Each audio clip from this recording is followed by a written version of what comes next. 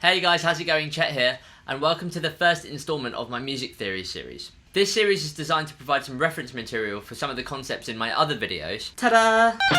Does it get much better than that? You're done. Yay! So if you've been checking them out, and you're not quite sure or you don't fully understand the theory behind those lessons, this is the place for you to come and clear that all up. Now I'll be teaching this from a purely theoretical standpoint, so it's not just guitar specific and actually applies to all instruments as well. So, music theory. It's often a subject that I've found musicians tend to shy away from, because there seems to be some sort of preconception that understanding music theory is actually really difficult, or that actually knowing music theory takes away from the raw emotion of playing your instrument. Now I actually get that, because when I opened up my first music theory book and saw all these symbols and words that I didn't understand, I got really overwhelmed and pretty much gave up on the spot without even trying. That I cannot do. As for losing that raw emotion in your playing, well, I'm not sure I completely agree with that one.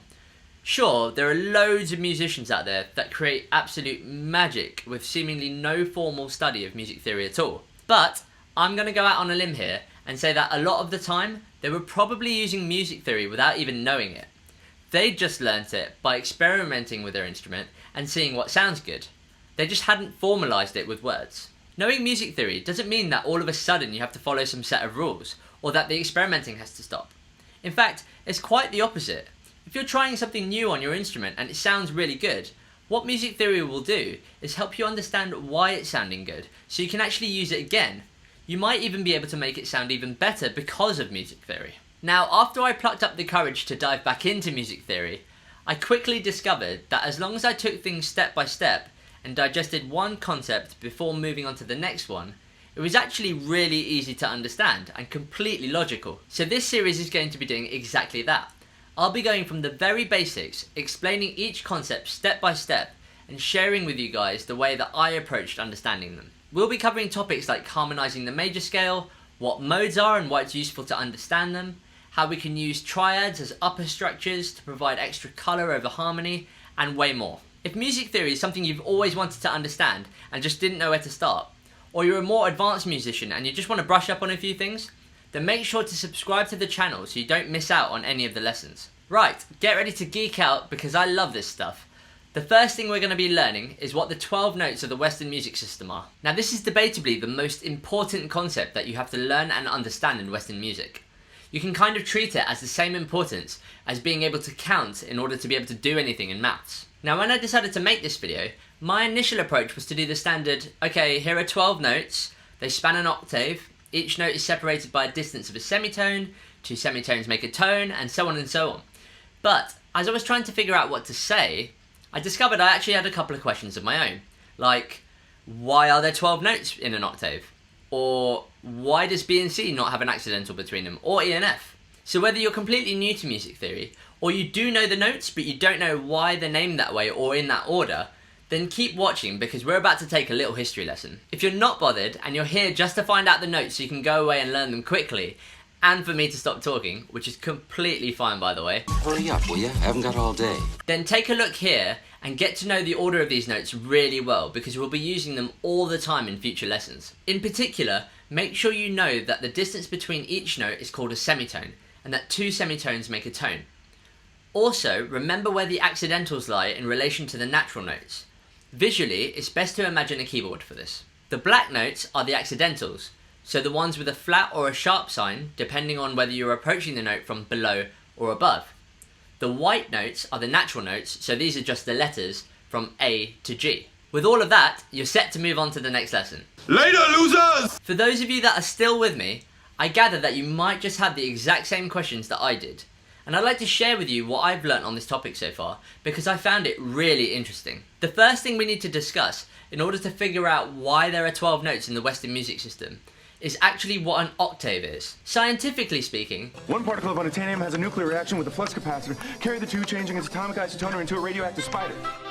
An octave is an interval or a distance between one note and another, where the second note is double the frequency of that of the first note if we're ascending, and if we're descending, the second note is half the frequency of the starting note. So for example, if we have an instrument that's producing a sound with a frequency of 440 Hz, which means that the sound wave produced by the instrument is oscillating 440 times per second, then the octave higher than this note would be the sound which has a frequency of 880 Hz. Vice versa, an octave lower than this note would be the sound which has a frequency of 220 Hz. Now to the human ear, the relationship between these two notes is an interesting one. We actually perceive these sounds to be qualitatively exactly the same, with one just being a higher pitch. This is debatably one of the most fundamental intervals in music, and it was obviously pleasing to the ear, even if they didn't know what it was called yet. This concept is called octave equivalence. Now, oversimplifying things a lot here, what gradually happened over time was that through experimentation, 7 other notes were found within the octave to feel like natural stopping places. And these notes were named using the alphabet. So we had A, B, C, D, E, F, and G. Now the next note is the octave, which qualitatively sounded like the beginning note. So they just used the letter A again, and then cycled higher and higher and higher for more and more octaves. So okay, we're up to 7 notes, but I said we've got 12 notes in the Western music system. So where did the other 5 come from, and what were they called? Well, without getting bogged down too much in the maths here, or even the order in which things happened, what was discovered was that if you had 2 notes with a frequency ratio of 3:2, and played them at the same time, it actually sounded pretty good. So for example, if we take the note A with a frequency of 440 Hz, and played the note E above that A with a frequency of 660 Hz, so our ratio of 3:2, then it actually sounded harmonious if they were played at the same time. Later, we would know this interval to be called the perfect fifth. Now from using the ratio from A to E, you can actually take things one step further and find the next note with a ratio of 3:2 relative to E this time. And this note is the note B. If we continue in this way, higher and higher and higher, what happens is you actually almost get back to the note A, just 7 octaves higher. Almost, but not quite. A little adjustment has to be made, and I'm going to talk about that in a second. But, long story short, if you use this method to go from one note to the next in a ratio of 3:2, or a perfect fifth, and keep going until you reach that almost note A, what you'll find is that you end up stopping on 11 other different notes. Now, like I just said, using this method doesn't actually end up perfectly on the note A 7 octaves higher, but doing a small adjustment on one of the perfect fifth intervals and shortening it slightly, we can arrange these now 12 notes into one octave. Because of this adjustment though, we've actually sacrificed the sound quality of one of these intervals, and it was actually deemed to sound slightly harsh on the ear. But we're one step closer because now we've got 12 notes. I feel we're getting very close. Again, oversimplifying things a lot here. As we fast forward through the years and experiment with different 12-note scale constructions to actually help alleviate the issue, it seems sensible to compromise and make the distance between each note the same. It also seems sensible to make the number of divisions in an octave 12 because we had 12 naturally occurring notes. So now, in modern music, we use a system called the equal temperament system, which is exactly that. An octave split up into 12 equally spaced notes, with the distance between each note being called a semitone, with 2 semitones being a tone. Now they had to name these 12 notes, and they already had 7 of the spaces covered. They had the letters A, B, C, D, E, F, and G. So they only had to fill in the extra spaces, and they did this using signs called accidentals, or sharps and flats. So for example, the distance between A and B is a full tone, and that means that using this system, there exists a note in between A and B, which can either be viewed as a semitone higher than A, or a semitone lower than B. It's the same note, and it has to be named. So a naming convention arose, which said that if you approach that note from the note A, it would be called A sharp, and we would say that we've raised A by a semitone. Vice versa, if we approach the note from B, we would call that note B flat, and we would say that we've lowered B by a semitone. Between B and C, we already had a distance of a semitone, so no accidental was added here. This is also the case with E and F. Continuing the naming system for the rest of the notes that haven't been named yet, what we find are the following 12 notes as we know them today. We did it! We did it!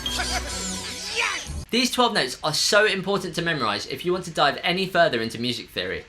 and hopefully you understand a little bit more clearly now why these notes are named in the order that they are. This should also make it easier to remember. Visually, the piano is probably the best way to actually see how these notes are laid out. The black keys are all the accidental notes, and the white keys are all the natural notes.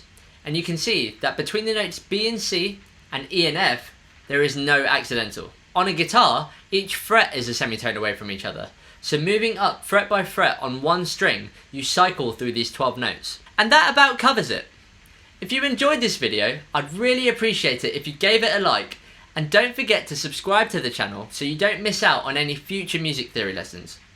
Also, remember to turn on the bell notification icon down below so you're the first to know when new content is out. I'll catch you next time.